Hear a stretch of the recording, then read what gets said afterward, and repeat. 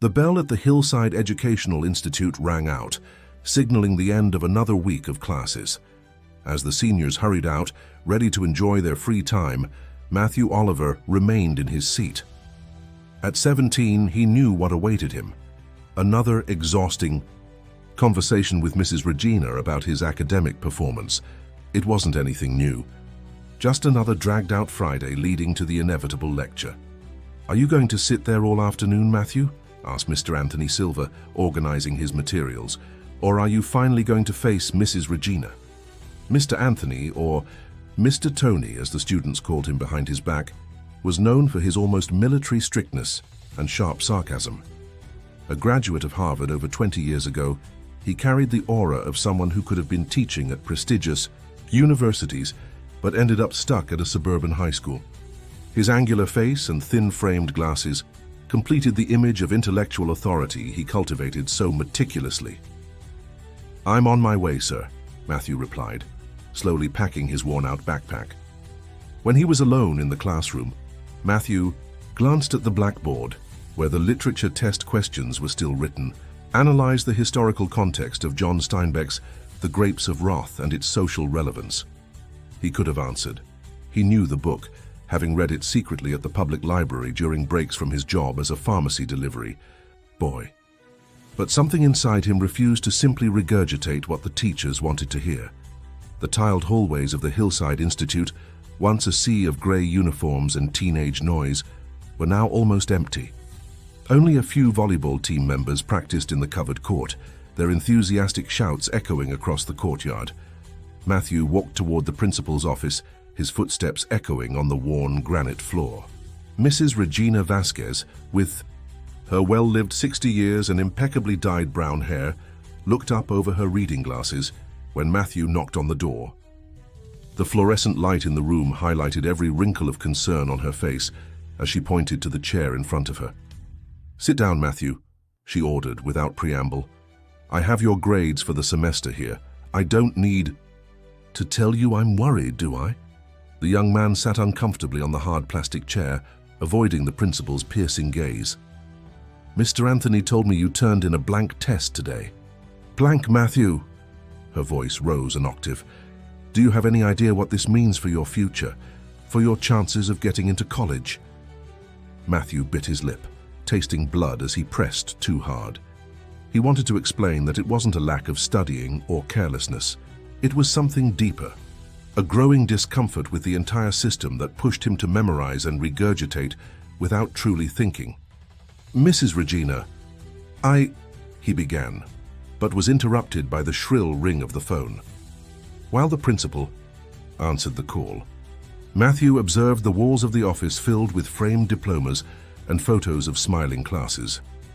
In one of the pictures, he recognized his older brother, Thomas, who had graduated with honors 5 years earlier.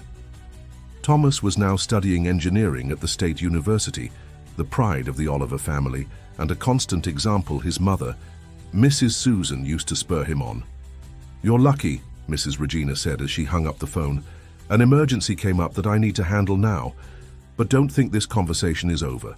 I want you and your mother here on Monday at 7:30 a.m. before classes, understood?" Matthew nodded, feeling a mix of relief at the postponement and anguish at the inevitable disappointment he would see in Mrs. Susan's eyes when he told her about the meeting. As he left the school, the humid heat of Hillside embraced him like an old friend. The oak trees lining the main street offered comforting shade as he walked toward the bus stop. His phone vibrated in his pocket. It was Paul, his best friend since elementary school. "Hey, did you survive the Inquisition from the Queen of Hearts?" The message read, accompanied by a laughing emoji. Matthew smiled for the first time that day. Paul was the only one who truly understood him, who knew that behind his mediocre grades and seemingly indifferent attitude lay a restless and questioning mind.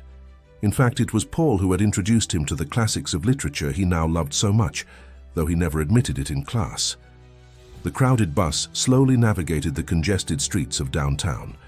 Matthew, squeezed between a woman with shopping bags and a sweaty executive, let his mind wander. He thought about the conversation he would have with his mother, the extra hours he would work at the pharmacy to make up for the time he would lose at the Monday meeting, and the dreams he secretly nurtured of becoming a writer, dreams he never shared with anyone for fear of ridicule. When he finally arrived at the Riverside neighborhood, where he lived in a small apartment with his mother and younger sister, Laura. It was almost night. Mrs. Susan was in the kitchen, preparing dinner, the smell of beans with bay leaves filling the cramped space. "You're late today," she observed, not taking her eyes off the pot she was stirring. "Did something happen at school?" For a moment, Matthew considered lying, saying he had stayed late studying at the library, but something about that afternoon, perhaps the blank test, perhaps the look from Mr. Anthony, had awakened a courage in him he didn't know he possessed. "I turned in a blank literature test, Mom," he said, his voice firmer than he expected. "Mrs. Regina wants to talk to you on Monday." The silence that fell in the small kitchen was almost tangible. Mrs. Susan turned off the stove and slowly turned to face her son, as if she needed time to process what she had just heard. "You did what?" she asked, exhaustion in her voice mixed with growing disbelief. At 42, Susan Oliver bore the marks, raising 3 children alone after her husband left, without a forwarding address. "I turned it in blank," Matthew repeated, averting his eyes to the cracked ceramic floor. "But it wasn't because I didn't know the answers, Mom. It was because—" "Because what, Matthew?" she interrupted, her voice rising an octave. "Because you wanted to play the rebel without a cause? Because you think you're better than everyone else? Tell me, please." Laura, just 12 years old, appeared at the kitchen door, her curious eyes darting between her mother and brother, sensing the family tension unfolding. "Go to your room, Laura," Susan said in a tone that brooked no argument. When the girl left, Susan sat at the small table, her shoulders weighed down by daily worries. Her voice, when she spoke again, was more controlled, but carried a sadness that hit Matthew like a punch to the gut. "You know how much I work to keep you in that school, don't you? You know about the overtime I do at the hospital, cleaning what no one else wants to clean?" Matthew knew his mother's sacrifices well. As a nursing technician at Hillside General Hospital, she faced exhausting shifts to ensure her children had opportunities she never had. "I know, Mom, but nothing," she cut him off. "Your brother understood the importance of studying. Why can't you be more like him?" The comparison to Thomas was like salt in an open wound. Matthew took a deep breath, feeling a mix of guilt and frustration fermenting inside him. "I'm going to my room," he murmured, leaving dinner untouched. In the small room he shared with an old computer, a gift from an uncle when he started high school, Matthew flopped onto the bed, staring at the peeling ceiling. His phone vibrated. It was Paul again. "Hey, are you coming to Julia's party tomorrow?" Matthew replied with a simple "I don't know," though he knew he wouldn't go. He wasn't in the mood for parties. Besides, he would need to work at the pharmacy all day to make up for Monday morning when he would miss the meeting at school. He got up and turned on the computer. While the outdated operating system slowly loaded, his gaze fell on the makeshift bookshelf made of bricks and planks where he kept his books, most of them used, bought at second-hand stores or borrowed from the public library. There were John Steinbeck, Harper Lee, Mark Twain, Ernest Hemingway, authors he had discovered on his own, and whose words transported him far from the limiting reality of the Riverside neighborhood. He opened a blank document in the word processor, and almost without realizing it, began to write. The words flowed with surprising ease, as if they had just been waiting for the right moment to burst forth. It wasn't an academic text or a literary analysis in the rigid format Mr. Anthony demanded. It was a personal manifesto, a reflection on the true meaning of education, on the absurdity of reducing knowledge to grades on a report card, on the suffocation he felt trying to fit into a system that seemed designed to stifle any spark of original thought. The hours passed unnoticed as Matthew poured onto the page everything he had never dared to say out loud. When he finally stopped, it was past midnight. He reread the text, surprised at his own eloquence. Something had changed inside him that a seed of conscious rebellion had begun to germinate. The next morning, Saturday, Matthew woke up early. He found his mother already ready to leave for her hospital shift. The tension between them was still palpable, but Susan seemed to have reflected during the night. "I'll call Mrs. Regina later to confirm the Monday meeting," she said, hurriedly preparing coffee. "I want you to think carefully about what you're going to say to her. And to me." Matthew nodded, feeling strangely calm. The creative outburst of the previous night had acted as a release valve for his accumulated frustration. "I'll think, Mom, I promise." After Susan left, Matthew woke Laura, made breakfast for his sister, and left her at the neighbor's house, Mrs. Marlene, who took care of the girl on weekends, when both he and his mother worked. Then he headed to St. Joseph's Pharmacy, where he worked part-time as a delivery boy and stock assistant. The Saturday passed slowly between medication deliveries and restocking shelves. The suffocating heat of Hillside didn't help, and the pharmacy's borrowed scooter, an old bike that constantly broke down, stalled twice during deliveries. When he finally returned home, it was already night. Exhausted, he took a quick shower and fell into bed, asleep almost instantly. On Sunday, he woke up with a fixed idea in his mind. He turned on the computer and reopened the text he had written on Friday. After some revisions and additions, he printed the document on the pharmacy printer during his lunch break. He looked at those pages as if they were a precious treasure, and in a way they were. That text represented something deeper than anything he had ever produced in school. When Monday arrived, Matthew was ready much earlier than necessary. He put on the grey uniform of the Hillside Institute with unusual care, like a warrior preparing for a decisive battle. On the way to school, on the bus crowded with sleepy workers, he reread the manifesto one last time, feeling a mix of anxiety and determination growing in his chest. Mrs. Susan was already waiting for him at the school gate, her hospital uniform partially hidden under a simple blazer she reserved for important occasions. Her eyes revealed she hadn't slept well. "Let's get this over with," she said, trying to sound firm, but her voice betrayed genuine concern. The principal's office seemed smaller that morning, with Mrs. Regina behind her solid wood desk and Mr. Anthony sitting in a side chair, his expression as severe as usual. After the formal greetings, Mrs. Regina got straight to the point. "Mrs. Oliver, we called you here because we're concerned about Matthew's performance. Last Friday, he turned in a completely blank literature test, which is just the peak of a behavior that has been deteriorating over the year." Mr. Anthony cleared his throat, adjusting his glasses with a studied gesture. "Matthew has potential, that's undeniable, but he seems to waste it with an attitude, let's say, apathetic." Susan looked at her son, a mix of disappointment and confusion in her tired eyes. "What do you have to say, Matthew?" she asked. It was then that Matthew pulled the printed text from his backpack. His hands trembled slightly, but his voice was surprisingly steady when he spoke. "Actually, I didn't turn in the test blank because I didn't know the answers or because I don't care," he said, looking directly at Mr. Anthony. "I turned it in blank because I wanted to write this." And then, without waiting for permission, he began to read his manifesto. "When they ask me to analyze the grapes of wrath, they don't want to know what I felt reading about Tom Joad, or how Steinbeck's words made me see the dust bowl with new eyes. They just want me to reproduce pre-made analyses, safe interpretations that don't challenge the status quo."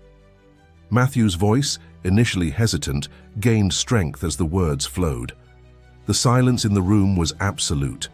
Even the distant noise of classes starting in the courtyard seemed muffled by an invisible bubble. "I didn't turn in this test blank out of empty rebellion or lack of knowledge.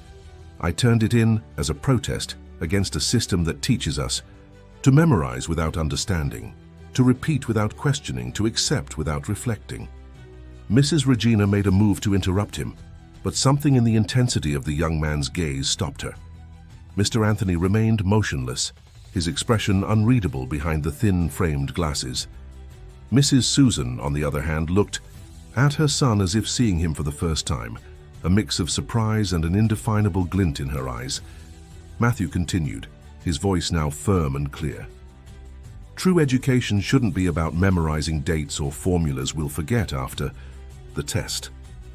It should be about awakening minds, teaching critical thinking, encouraging creativity, and valuing different forms of intelligence. How many talents have been stifled because they didn't fit the standard mold? How many revolutionary ideas never saw the light because their creators were convinced they weren't smart enough? When he finished reading, a heavy silence hung over the room. Matthew carefully folded the pages and placed them on Mrs. Regina's desk, his heart pounding so loudly he was sure everyone could hear it. Mr. Anthony was the first to speak. He removed his glasses, a gesture few students had witnessed, and meticulously cleaned them with a handkerchief from his jacket pocket. "In 20 years of teaching," he began, his voice surprisingly soft, "I've rarely encountered a text so eloquent and unsettling." Mrs. Regina seemed to be struggling to find the words. "Matthew, this is..." She paused as if recalibrating what she was going to say. Impressive, but understand that there are rules, protocols. We can't simply allow students to decide how they'll be evaluated." Susan, who had been silent until then, straightened in her chair. "My son has always been quiet," she said, looking directly at Mrs. Regina. "Since he was little, he preferred books to playing with other kids. I always thought it was shyness, but now I see that maybe he was just thinking." She turned to Matthew, a new understanding in her gaze. "Why didn't you ever show me this side of you?" Before Matthew could answer, Mr. Anthony intervened. "If I may make a suggestion," he said, putting his glasses back on, "perhaps we can do something different here." In the following 2 weeks, a subtle transformation began to take place at the Hillside Educational Institute. Matthew's manifesto, initially intended for just 3 people, ended up in the hands of the principal, Mr. Michael Foster, a progressive educator who had been fighting against the rigid bureaucracy of the educational system for years. With Matthew's permission, the text circulated among the teachers and eventually reached the other students. What began as an isolated act of rebellion became the catalyst for heated discussions about teaching methods, evaluation, and the true purpose of education. In the main hallway, a bulletin board titled "Voices of Hillside" was installed, where students were invited to express their opinions on how they would like to learn. Mr. Anthony, to everyone's surprise, became one of the main advocates of this new approach. "I always thought Mr. Tony hated me," Matthew commented to Paul as they watched the activity around the bulletin board during recess. "I think you underestimated him," Paul replied, biting into a chicken croquette from the cafeteria. "Maybe he was just waiting for someone to have the courage he himself lost over the years." Julia Mendez, the popular girl in class whom Matthew had always admired from afar, approached them with a smile that instantly made him nervous.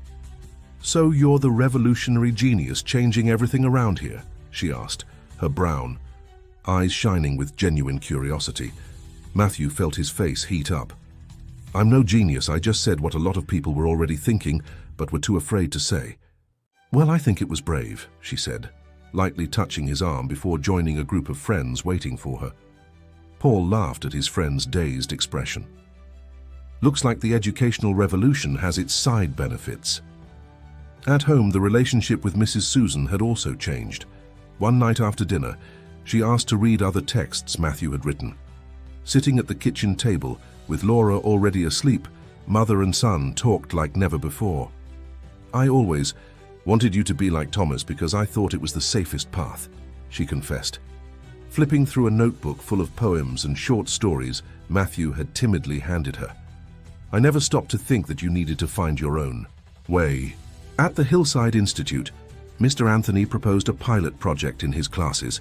Students could choose between different formats to demonstrate their knowledge of literary works. Some opted for traditional written analyses, others for oral presentations, video creations, or even artistic adaptations.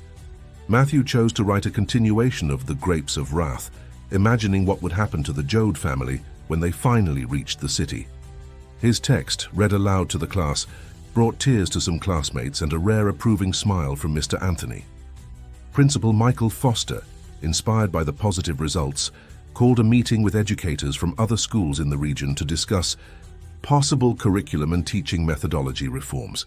To his surprise, Matthew was invited to participate. "I'm nervous," he confessed to Paul the night before the meeting.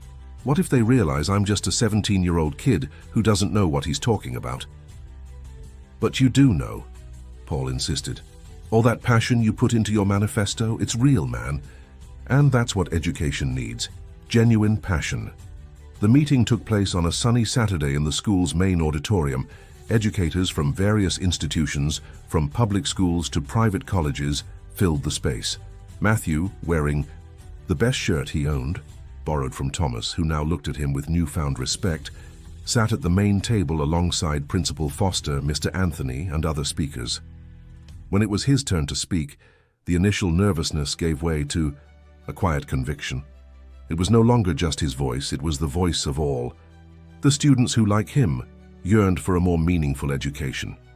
"I'm not here to say that tests and formal evaluations have no value," he explained, looking out at the sea of attentive faces.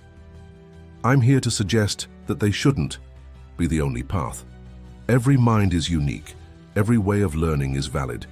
Excessive standardization not only fails to recognize this diversity, but also stifles extraordinary potential that doesn't manifest in conventional formats." When he finished speaking, the audience erupted into applause. Among the attendees, Matthew spotted his mother, who had swapped shifts at the hospital to be there.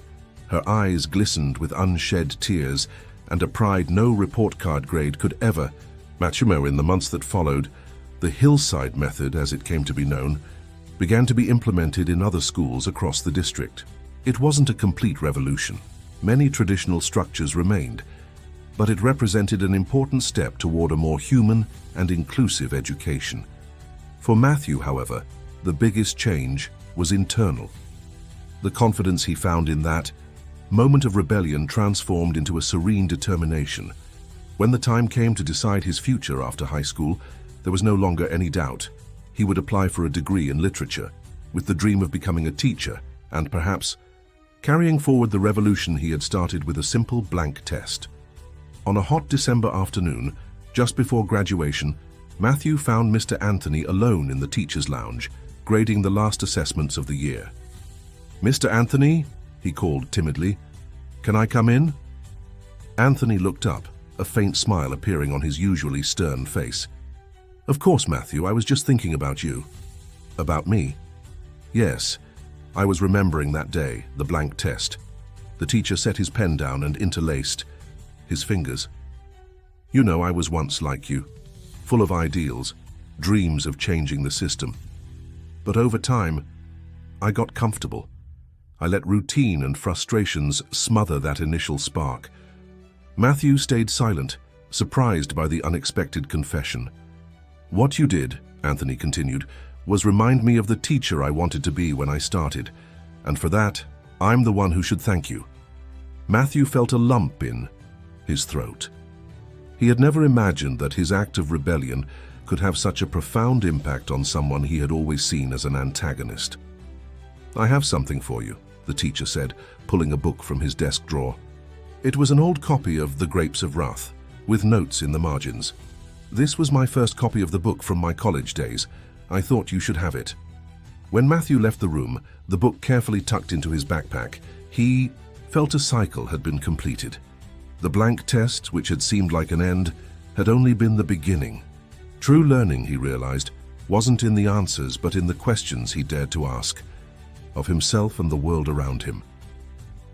As he crossed the Hillside Institute courtyard, now decorated for the graduation ceremony the following week, Matthew looked up at the sky, where heavy clouds promised one of those tropical rains that wash the city clean. Like the approaching rain, he also felt a renewing force within him, ready to nurture new ideas, new beginnings. Dear listeners, we hope Matthew's story and his transformation at the Hillside Institute touched your hearts. To continue this journey of reflections on education and personal growth, we've prepared a special playlist of equally inspiring stories. Find it by clicking to your left. If this narrative stirred something in you, don't forget to subscribe to our channel and like the video. Every day, we bring unique stories that explore the complexities of life and the challenges of personal development. What did you think of Matthew's courage? Have you ever wanted to question established systems? Share your experiences in the comments. We're eager to hear your stories too.